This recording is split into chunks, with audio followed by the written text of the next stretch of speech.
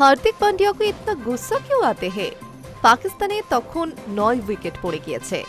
আরও একটা বিশ্বকাপের যুদ্ধে পাকিস্তানের বিরুদ্ধে ভারতের জয় তখন প্রায় নিশ্চিত। কিন্তু হঠাৎই রেগে গেলেন ভারতীয় অলরাউন্ডার হার্দিক পান্ডিয়া। তিনি রীতিমতো বকাঝকা করে বসলেন ঈশান কিষান এবং কুলদীপ যাদবকে। ঠিক কি হয়েছিল?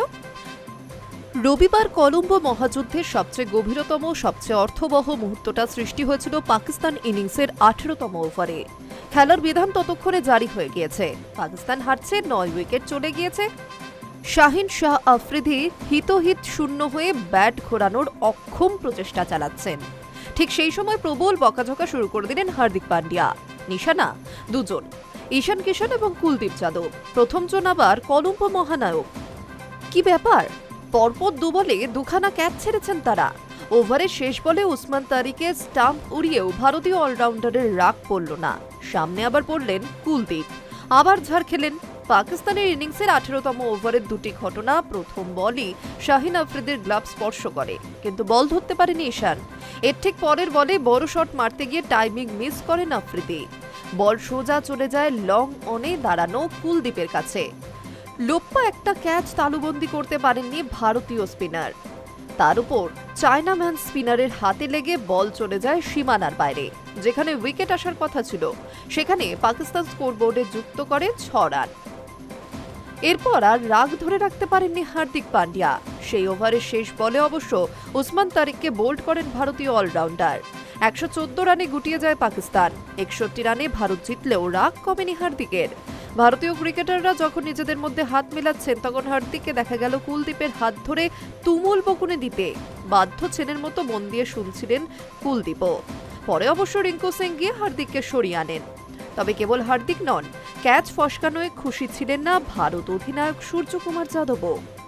গত বছর এশিয়া কাপে পাকিস্তানের 3 ম্যাচে হারানোর পর ভারত অধিনায়ক সূর্যকুমার যাদব রাগঢাক না করেই বলে দিয়েছিলেন, ইদানিং আর ভারত পাকিস্তান ম্যাচে প্রতিদ্বন্দ্বিতা নেই, পুরোটাই এক পেশে।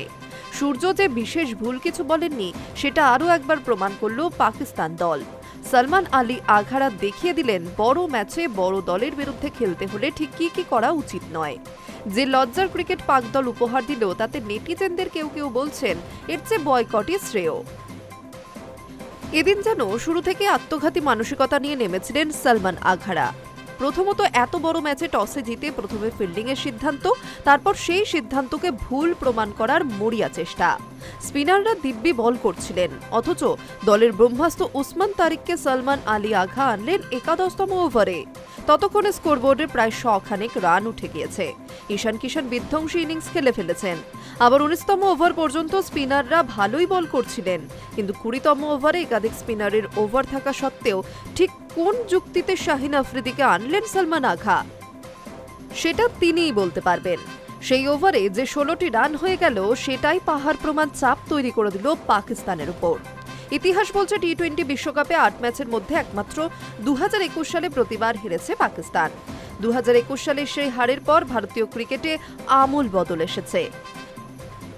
অধিনায়কত্বের ব্যাটন বিরাটের হাত থেকে যায় রোহিতের হাতে। তারপর 2টো আইসিসি ট্রফি এসেছে টিম ইন্ডিয়ার ঝুলিতে।